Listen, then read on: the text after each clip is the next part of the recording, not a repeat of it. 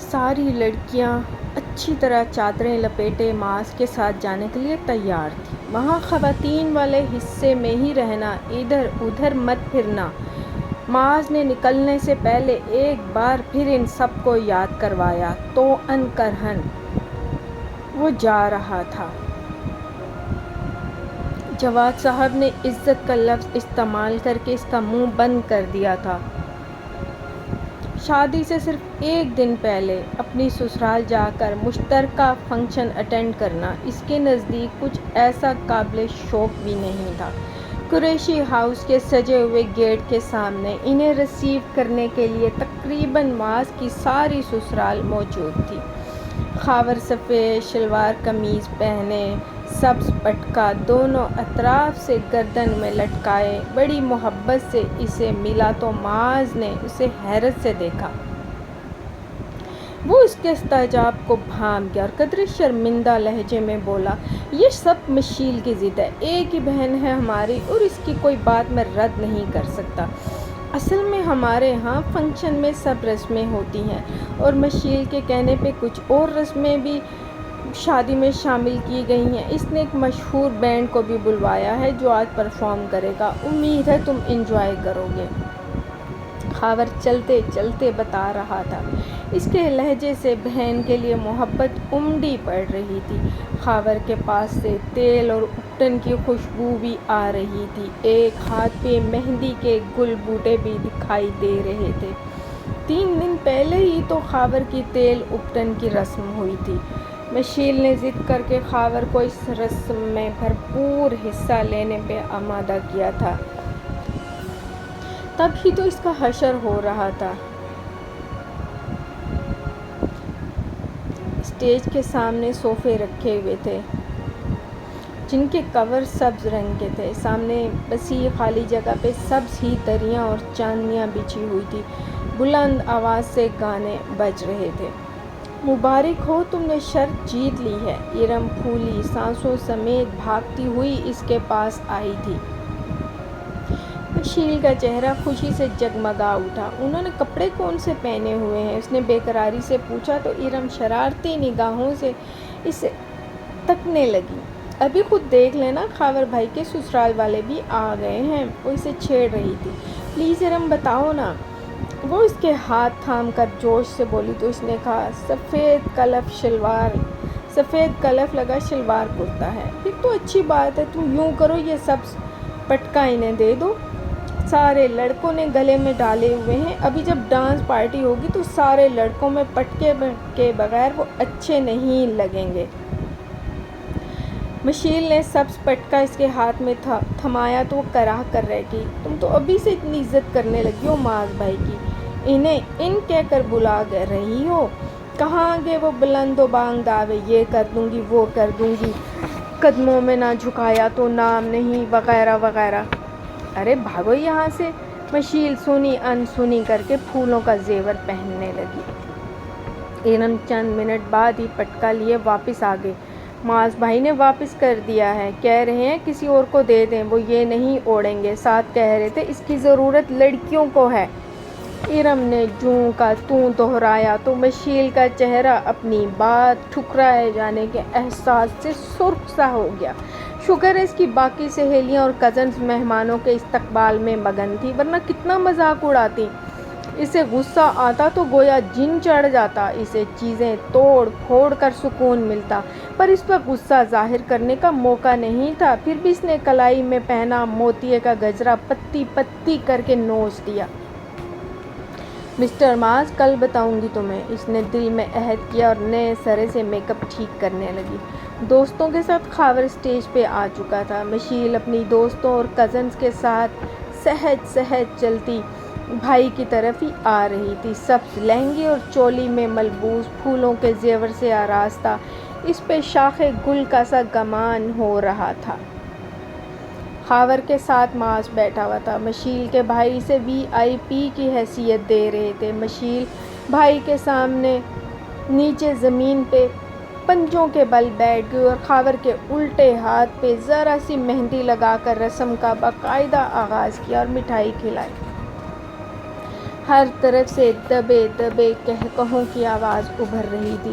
اس نے چور نگاہوں سے خاور کے ساتھ بیٹھے معاذ کو دیکھا۔ اسے کتنی حسرت تھی، کاش وہ یہیں بیٹھ کر پورا فنکشن اٹینڈ کرے، مگر دادوں کی ہدایات پہ دل محسوس کر رہ گئی۔ لیکن کپڑے اس نے اپنی مرضی کے ڈیزائن کروائے تھے۔ چولی کی آستینیں سرے سے تھی ہی نہیں اور گلا آگے پیچھے سے خاصا گہرا تھا۔ دادوں نے آخری وقت میں اس کی تیاری کو دیکھا اور سر پیٹ لیا تھا، اور اسی وقت اپنا کندن کا بھاری ہار نکلوا کر اسے پہنایا اور دوپٹہ خود انہوں نے اسے اپنے ہاتھوں سے اڑایا تھا۔ بھائی کو مہندی لگا کر فوراً آ جاؤ، وہاں جم کر بیٹھنے کی ضرورت نہیں ہے، سارا روپ تباہ ہو جائے گا، پھٹکار برسے گی چہرے پہ۔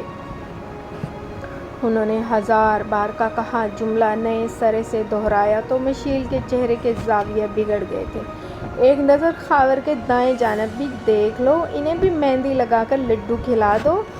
بھیڑ میں سے آواز آئی تھی، بھلا اسے نروس ہونے کی کیا ضرورت تھی؟ نروس ہوں اس کے دشمن۔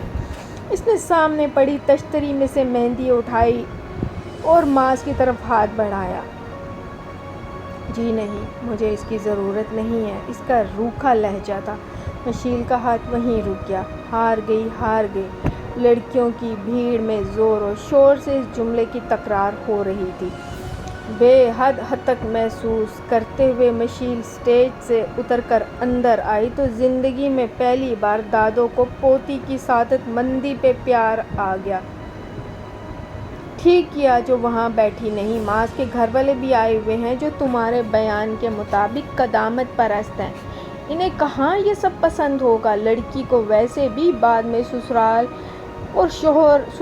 والوں اور شوہر کے رنگ میں رنگنا پڑتا ہے۔ دل سے تو مجھے بھی پسند نہیں ہے جو تم نے سب کے سامنے جا کر خاور کو مہندی لگائی، پر تمہارے بھائیوں اور ماں کا کہنا تھا آج تمہارا اس گھر میں آخری دن ہے، اپنی مرضی سے جو کرتی ہے کرنے دو۔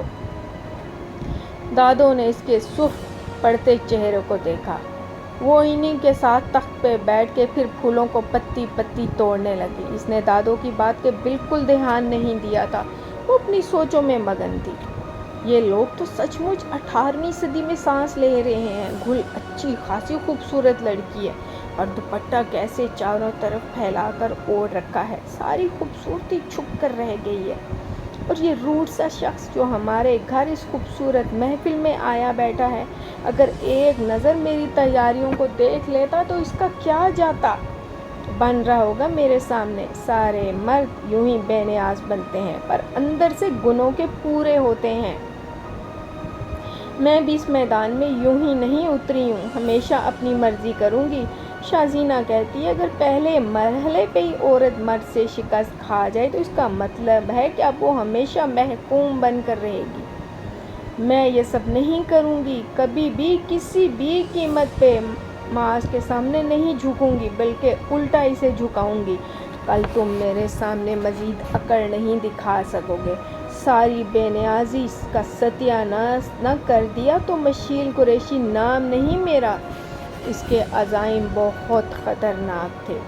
معاذ بستر پہ لیٹا ہوا تھا، مگر نیند اس کی آنکھوں سے کوسوں دور تھی۔ مشیل کے بارے میں پہلے اس کا خیال تھا کہ وہ کافی ماڈرن اور احمق ہے، اس کی سمجھداری کا خانہ بھی اسے خالی ہی محسوس ہوا تھا، یا شاید اس کے لاڈلے ہونے کی وجہ سے تھا، پر اب اس نے اپنے خیال میں ترمیم کر لی تھی۔ اس کا پورا گھرانہ ہی ایک خاص قسم کے اصولوں کے مطابق زندگی گزارنے کا عادی تھا۔ ان کے کسی رویے یا عمل سے امارت کا اظہار نہیں ہوتا تھا، شان یا گھمنڈ تو بڑی دور کی بات تھی۔ ان کی عورتیں خود کو ڈھانپ کر گھر سے نکلتی تھیں، سب کی سب اعلیٰ تعلیم یافتہ تھیں۔ معاذ کی دونوں بڑی بہنیں اچھے گھرانوں میں بیاہی گئی تھیں۔ باپ دادا کی اصول اور روایت پسندی معاذ کی ذات میں بھی بدرجہ اتم موجود تھی۔ اس نے ہر موڑ پہ اسے اچھے برے کا فرق سمجھایا تھا۔ باقی فیصلہ وہ خود کرتا تھا، یہ نہیں کہ وہ عورت کو گھر میں قید کر کے رکھنے کا قائل تھا۔ وہ جانتا تھا عورت کو گھر میں قید کرنے والا اس کی نسوانیت کا قاتل ہوتا ہے۔ وہ جانتا تھا کہ عورت کی سمجھداری اور کردار پہ ہی آئندہ نسل کے بننے یا بگڑنے کا انحصار ہوتا ہے۔ اس کی ایک بہن ڈاکٹر تھی، دوسری شادی کے بعد پوسٹ گریجویشن کرنے امریکہ میں ہی شوہر کے ساتھ مقیم تھی۔ گل BSc کرنے کے بعد گھر پہ ہی رہتی تھی۔ اس کی شادی کا مسئلہ بھی زیر غور تھا۔ جواہد صاحب اور ریاض قریشی پرانے دوست تھے۔ غم روزگار نے دونوں کو دور کر دیا۔ جواد ریٹائرمنٹ کے بعد اپنے آبائی شہر آ بسے، جہاں ریاض برسوں سے مقیم تھے۔ دوبارہ سے ملاقات کی تجدید ہوئی، پھر ایک دوسرے کے گھروں میں آنا جانا شروع ہو گیا۔ تب ہی مشیل نے پہلی بار معاذ کو دیکھا۔ 2-3 بار آمنا سامنا ہونے پہ معاذ نے مشیل کو خاصی توجہ نہیں دی تو اس سے بھی ضد سی ہو گئی۔ پھر شازینہ کی محبت میں اس نے کتنی ہی معیوب باتیں اپنا لی تھی۔ شازینہ اور باقی گروپ کی ہمراہی میں اس نے کتنی بار لڑکوں کو محبت کا چارہ ڈال کر پھر ان کے بیوقوف بننے کا نظارہ کر کے جی بھر کر حزب اٹھایا تھا۔ یہی سب کچھ وہ معاذ کے ساتھ بھی کرنا چاہتی تھی۔ ہزارہا کوششوں کے باوجود وہ سلام سے زیادہ بات نہیں کرتا تھا۔ گھر کا ماحول کافی کھلا ڈلا سا تھا اور مشیل نے ایجوکیشن میں تعلیم حاصل کی تھی۔ ریاض قریشی ایک اعلیٰ سرکاری عہدے پہ تھے۔ گھر میں سامان تعیش کی فراوانی تھی، زمینوں سے حاصل ہونے والی آمدنی الگ تھی۔ مشیل کی کسی بات پہ بھی کبھی کسی نے اعتراض نہیں کیا تھا۔ ادھر معاذ کے سامنے جب رشتے کے لیے مشیل کا نام لیا گیا تو وہ کافی دیر کچھ بول ہی نہ سکا۔ اس نے مشیل کو اس نظر سے کبھی دیکھا ہی نہیں تھا اور ابو پروپوزل کی بات کر رہے تھے۔ ابو آپ کو پتہ ہے ہمارے ان کے گھر کے ماحول میں کتنا فرق ہے؟ ایک اعتراض اسے سوجھ ہی گیا۔ اچھی طرح پتہ ہے، بلکہ یہ بھی پتہ ہے کہ مشیل بہت لاڈلی ہے، مگر میرے لیے یہ بات اہم ہے کہ وہ میرے دوست کی بیٹی ہے۔ رہ گئی ماحول کی بات تو وہ یہاں آ کر خود ہی سیٹ ہو جائے گی۔ میں تمہارے مزاج سے اچھی طرح واقف ہوں، مگر ریاض کو مایوس بھی نہیں کر سکتا۔ تم مشیل کو متاثر کر گئے ہو، تم نہیں جانتے ہاسپٹل میں اس نے کیا کچھ کہا۔ ریاض صاحب یہ بات کہتے ہوئے بہت پریشان لگ رہے تھے۔ میں بھی 3 بیٹیوں کا باپ ہوں، مجھے اچھا نہیں لگا کہ وہ خود اپنی زبان سے اظہار کریں۔ کل میں اور تمہاری ماں ان کے گھر جائیں گے تاکہ ان کا مان مجروح نہ ہو۔ پھر ان کے ادب اور احترام میں وہ خاموش ہو گیا۔ اس کی تربیت میں سرکشی یا گستاخی شامل نہیں تھی۔ معاذ اگر خوش نہیں تھا تو ناخوش بھی نہیں تھا۔ ویسے بھی شادی کا معاملہ وہ والدین کے سپرد کر چکا تھا۔ گھر والوں کے لیے یہی بات خوشی کا باعث تھی۔ آج اس کی رخصتی تھی تو کل خاور کی بارات جانی تھی، پرسوں دعوت ولیمہ تھی۔ شازینہ کے ساتھ وہ 3 بجے کے بعد واپس آئی اور دولہنپے کی پرواہ کیے بغیر حسب عادت نوکروں کو ہدایت جاری کرتی رہی۔ گھر مہمانوں سے بھرا ہوا تھا۔ دادوں نے بمشکل تمام اسے ایک جگہ بٹھایا۔ سومیا بیگم مہمانوں کی آمد کے بعد بیٹی کی دلجوئی کے لیے نت نئے رسموں کی ادائیگی میں ہی لگی رہیں۔ معاذ اپنے گھر اور خاندان والوں کے ساتھ بینڈ باجوں کے بغیر سادگی سے آیا۔ اس کے گلے میں گلاب کے پھولوں کے 2-3 ہار پڑے ہوئے تھے۔ اس کے وجیح چہرے پہ سنجیدگی تھی۔ آج سے پہلے مشیل کو نکاح اور رخصتی کے موقع پہ لڑکیوں کا رونا دھونا، نرا ڈرامہ اور اداکاری محسوس ہوتی تھی، مگر جب نکاح کے بعد بھائیوں نے اسے گلے لگایا تو جانے کیوں وہ خود بھی رو پڑی۔ پاگل ہو گئی ہو، سارا میک اپ خراب ہو جائے گا۔ شازینہ کی سرگوشی پہ اس نے خود کو سنبھالا۔ شازینہ نے اسے معاذ کو مٹھی میں کرنے کے کئی آزمودہ گر بتائے اور وہ سر ہلاتی رہی۔ کسی مقام پہ بھی ہار نہیں ماننی۔ تمہارے پاس حسن کی بہت بڑی طاقت ہے، بڑے بڑے اس طاقت کا لوہا مانتے ہیں، پھر معاذ کیا چیز ہے؟ تم نے شادی جیسے حماقت اتنی جلدی کر کے اپنی بے وقوفی کا ثبوت تو دے دیا ہے، اب مزید کچھ مت کرنا۔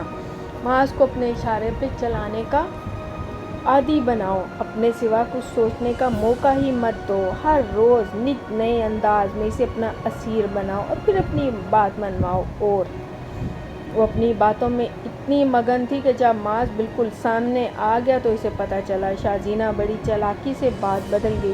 مشیل کی سب سہیلیوں نے معاذ کو گھیر لیا تھا۔ خوشی کا موقع تھا، اس نے ہنسی خوشی ان کی فرمائشیں پوری کی۔ معاذ نے جہیز اور سلامی کے نام پہ 1 روپیہ لینا بھی گوارا نہیں کیا تھا۔ رخصتی کے وقت مشیل کے ہمراہ جو چیزیں میکے کے ساتھ گئیں وہ اس کے جسم پہ سجے زیورات اور کپڑوں سے بھرا سوٹ کیس تھا۔ تمام کپڑے مشیل کی خالصتاً اپنی پسند کے تھے، اس سلسلے میں وہ کوئی سمجھوتا کرنے پہ تیار نہیں تھی۔ معاذ کی امریکہ والی بہن افشاں شادی میں نہیں آ سکی تھی، اس نے فون کر کے مبارکباد دی۔ افشاں کی باتوں کے جواب میں وہ ہوں ہاں کرتی رہی۔ ارد گرد سب سسرالی جمع تھے اور اسے ہی دیکھ رہے تھے۔ ان سب کے بیچ میں وہ اکیلی تھی۔ اس کی سب سہیلیاں جا چکی تھی۔ صدیقہ بیگم 15-20 منٹ اس کے پاس بیٹھی رہیں تو اس کے دل کو قدرے تقویت محسوس ہوئی۔ معاذ کا کمرہ جس میں اسے بٹھایا گیا تھا کہیں سے بھی نہیں لگ رہا تھا کہ وہ نئی نویلی دلہن کے استقبال کے لیے سجایا گیا ہے، سوائے ڈھیر سارے پھولوں کے جو کمرے میں جگہ جگہ مہک رہے تھے۔ ایئر فریشنر اور پھولوں کی مسحور کن خوشبو نے مشیل کے تنے اعصاب کو قدرے ڈھیلا سا کر دیا۔ تنہائی پاتے ہی وہ اٹھ کر ڈریسنگ روم میں آ گئے اور دیوار گیر آئینے میں اپنے آتشی روپ کا پھر جائزہ لیا۔ شہر کے مشہور اور مہنگے ڈریس ڈیزائنر نے اس کا عروسی لباس تیار کیا تھا جس میں مشیل کے مشورے بھی شامل تھے۔ جدید فیشن کے مطابق لانگ شرٹ کا اگلا اور پچھلا گلا انتہائی گہرا تھا، شرٹ آستینوں کے بغیر تھی، لمبی سی شرٹ کے ساتھ ٹانگوں سے چمٹا ہوا چوڑی دار پاجامہ تھا، دوپٹہ بڑے اسٹائل سے سیٹ کیا گیا تھا یوں کہ اس کا ایک ایک حسین انداز نمایاں ہو رہا تھا۔ اس کے دودھیا بازو شانوں تک مہندی کے جدید ڈیزائن اور بیل بوٹوں کی لپیٹ میں تھے۔ ذرا سی روشنی پڑنے پہ یہ جدید قسم کی مہندی چمک چمک کر آنکھیں خیرہ کیے دے رہی تھی۔ دلہن سے زیادہ وہ بے باک قسم کی ماڈل گرل نظر آ رہی تھی۔ ڈریسنگ روم میں ہی اس نے گلے کے ہار کا لاک کھول کر ذرا چھوٹا کیا۔ اب اس کی گردن اور گلا زیادہ نمایاں لگ رہا تھا۔ اپنے ہوش اڑاتے روپ پہ اس کو بے پناہ پیار آیا۔ حسن بڑے بڑے شہنشاہوں کو تاج چھوڑنے پہ مجبور کر دیتا ہے معاذ حسن، پھر یقیناً تم بھی اپنی انا اور زوم میرے قدموں میں ڈھیر کر دو گے۔ میں تمہیں بتاؤں گی تمہاری بے رخی کے نتیجے میں میں نے جو کچھ محسوس کیا ہے۔ یہ بے نیاز لاپرواہ مرد آج کیسے حسن کی عدالت میں سوالی بن کر کھڑا ہوگا، بھیک مانگے گا، منتیں کرے گا، مگر نہیں، میں اتنی جلدی نہیں پگھلوں گی، تمام مطالبات منواؤں گی، پھر اس کے کاسۂ طلب میں امیدوں کی خیرات ڈالوں گی۔ نہ جانے گڑ گڑاتے ہوئے تم کیسے لگو گے۔ اپنے روپ کو برفتہ خراج تحسین پیش کرتے ہوئے وہ اپنی دلکشی اور خوبصورتی کے نشے میں چور خود کلامی کر رہی تھی۔ ڈریسنگ روم کا دروازہ کھلا ہوا تھا، وہ سہج سہج چلتی دوپٹہ سنبھالے باہر آئی۔ معاذ کمرے کے درمیان کھڑا تھا۔ مشیل کو دیکھتے ہوئے اس نے وہیں سے مڑ کر بیرونی دروازہ لاک کیا اور پلٹا۔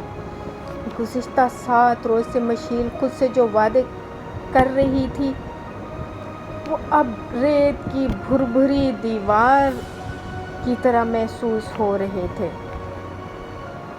اس کی سمجھ میں نہیں آ رہا تھا قدم آگے بڑھائے یا پیچھے۔ معاذ کی خاموشی اور گہری نگاہ بالکل اس کی سمجھ سے باہر تھی۔ اس نگاہ میں نہ تعریف تھی نہ متاثر ہونے کا جذبہ۔ بہرحال جو کچھ بھی تھا وہ سمجھ نہیں پا رہی تھی۔ درمیان میں 3-4 قدموں کا فاصلہ تھا، معاذ نے وہ بھی مٹا دیا۔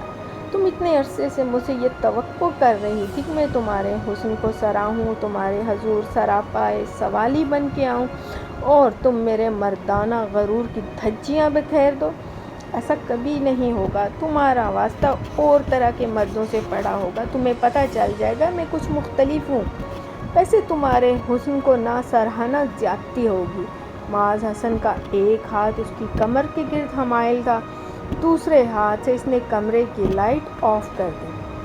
بس تعریف کا انداز وہ نہیں ہوگا جو تم چاہتی ہو، گڑ گڑانے اور خیرات مانگنے کا مطلب جو تمہاری لغت میں ہے میں اس سے ہٹ کر عملاً تمہیں بتاؤں گا۔ مشیل کی گھٹی گھٹی چیخ اس کے سینے میں ہی دم توڑ گئی۔ معاذ کو اپنے قدموں میں جھکا دیکھنے کا خواب ادھورا ہی رہ گیا۔ اس نے لٹیرے اور ڈاکوؤں کے بارے میں بہت سے قصے سنے تھے۔ معاذ کا رویہ بھی کسی ڈاکو لٹیرے سے مختلف نہ تھا۔ اس نے زندگی کی اس انوکھی اور البیلی شب کے بارے میں بہت کچھ سوچ رکھا تھا، اور یہی رات اس کا سارا غرور لمحوں میں نچوڑ کر لے گئی تھی۔ معاذ تو کسی فاتح جرنیل کی مانند جیسے نشے میں چور تھا، لیکن اسے ساری رات نیند نہیں آئی تھی۔ عجیب و غریب سی کیفیت ہو رہی تھی، سر میں مسلسل دھماکے اور آنکھیں شدت گریہ سے سرخ۔ وہ اپنی تمام زندگی میں اتنی نہیں روئی تھی جتنی ان چند گھنٹوں میں روئی تھی۔ معاذ بے خبر سویا ہوا تھا۔ وہ آہستگی سے بیڈ سے اٹھی اور ڈریسنگ روم میں چلی آئی۔ الماری میں اس کے لیے 3-4 سلیپنگ ڈریس لٹکے ہوئے تھے، جس میں ایک ریشمی نائٹی بھی تھی۔ کل تک اس کے ساتھ اس کے کچھ آوارہ ریشمی خواب بھی وابستہ تھے، مگر اب اس نے سلگتی نگاہوں سے ہینگر پہ سے جھٹکے کے ساتھ اسے اتارا اور کونے میں ایک طرف پھینک دیا۔ اسٹائلش سا ایک ریشمی سوٹ اس نے منتخب کیا اور باتھ روم میں آ گئی۔ کھیلے بال سلجھانے کے بعد دوپٹہ سینے پہ پھیلاتے ہوئے وہ باتھ روم سے باہر آئی تو معاذ بیدار ہو کر بیڈ کراؤن سے ٹیک لگائے سگریٹ پی رہا تھا۔ اس کے سابقہ رویے کے پیش نظر اسے خوف سا محسوس ہو رہا تھا۔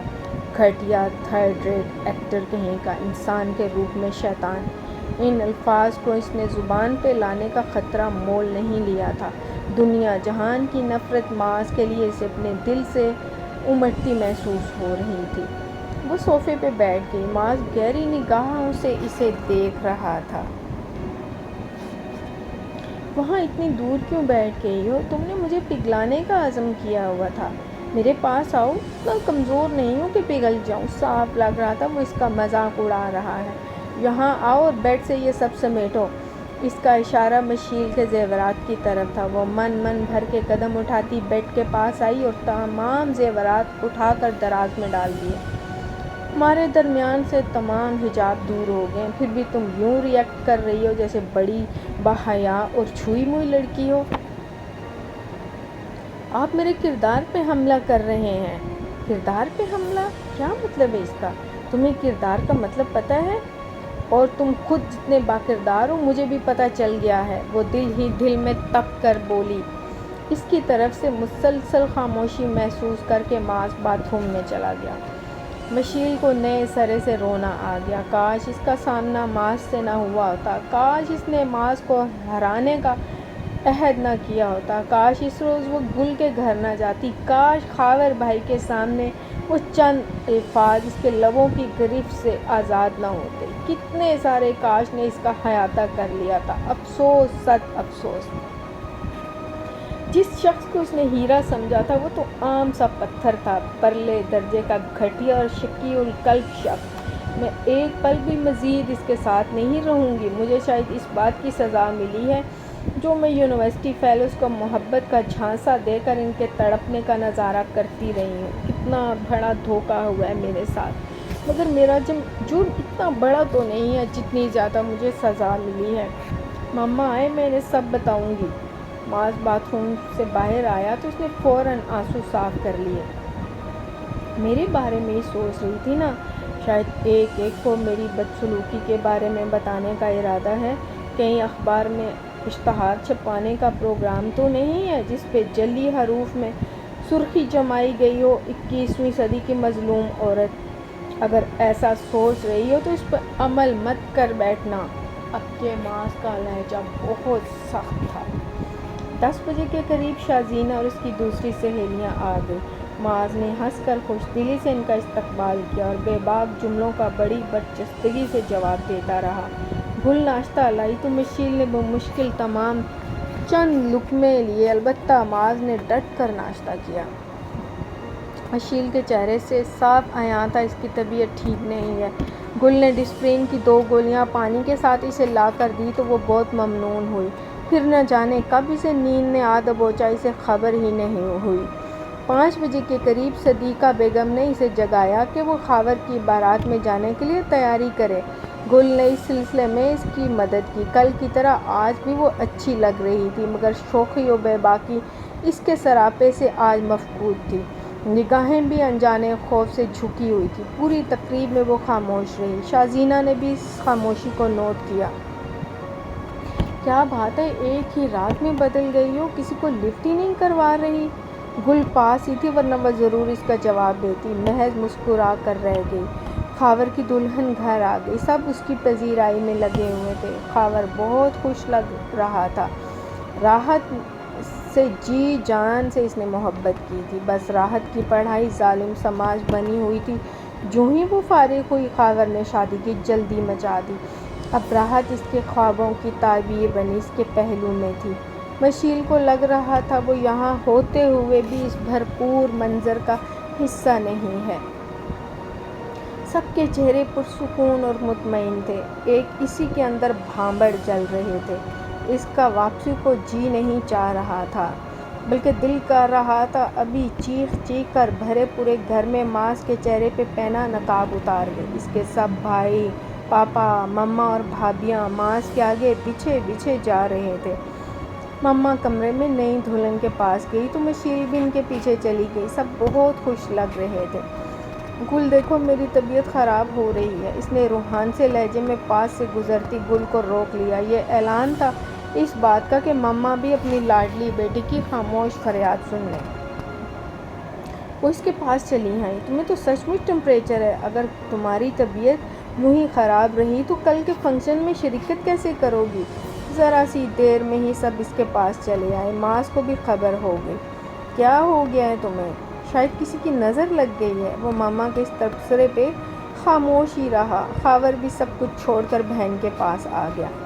میں ابھی ڈاکٹر ممتاز کو فون کرتا ہوں۔ وہ فون کی طرف لپکا تو معاذ نے نرمی سے اسے روک دیا۔ ہم گھر جا رہے ہیں، وہیں ڈاکٹر آ جائے گا۔ خاور رک گیا۔ معاذ کے اس جملے کے بعد کسی بات کی گنجائش ہی نہیں رہی تھی۔ مشیل کی خاموش نگاہیں فریاد کرتی رہ گئی، آپ سب مجھے بھیڑیے کے بھٹ میں بھیج رہے ہیں جس نے انسانی شکل کا نقاب پہن رکھا ہے۔ اس کی ساکت چیخیں اندر ہی اندر گھٹ کر رہ گئی۔ اس کی واپسی کے 10 منٹ بعد ڈاکٹر بھی آ گیا، جو معاذ کا پرانا دوست تھا، ڈاکٹر شہریار۔ اچانک آپ کو کیا ہو گیا ہے؟ کل تک تو آپ بہت خوش و خرم تھی بھابھی صاحبہ، شہریار بے تکلفی سے بولا تو وہ دانتوں سے لب کچلنے لگی۔ میرے خیال میں آپ کو مکمل سکون اور آرام کی ضرورت ہے۔ وہ مشورہ دیکھ کر رخصت ہو گیا۔ صدیقہ بیگم نے دودھ کے ساتھ اسے دوائی دی تو چند منٹ بعد اس کی پلکیں بوجھل ہو گئیں۔ صبح ولیمے کی تقریب میں وہ خود کو قدرے پرسکون محسوس کر رہی تھی۔ شام کو ماما اور تینوں بھابیاں اسے لینے آ گئی، کیونکہ خاور کا ولیمہ رات کو تھا۔ وہ پوری تیاری سے رخصت ہوئی۔ اب اسے اس گھر میں آنے کی کوئی تمنا نہیں تھی، نہ معاذ کی شکل دیکھنے کی۔ اپنے گھر میں آتے ہی اس کی زندہ دلی لوٹ آئی۔ رات گئے وہ راحت اور خاور کے ساتھ شوخیوں میں مصروف رہی۔ مما کو ہی اسے سونے کے لیے کہنا پڑا۔ معاذ اس کے کمرے میں اس کے بستر پہ نیم دراز تھا۔ مشیل کے تو تلووں میں لگی اور سر پہ بھجی۔ سسرال میں 2 دن اس نے سہم سہم کر گزارے تھے۔ اس کی ساری بہادری اس کے وجود میں پھر سے جمع ہو گئی۔ میں یہاں نہیں سوؤں گی، اس نے دانت پیستے ہوئے ایک ایک لفظ ادا کیا اور واپسی کے لیے مڑی۔ معاذ اس سے پہلے ہی دروازے تک پہنچا اور لاک گھما دیا۔ کیوں؟ مجھ سے اتنا جلدی دل بھر گیا ہے؟ اس نے مسکراتے ہوئے پوچھا تو وہ تن کر اس کے سامنے آ گئی۔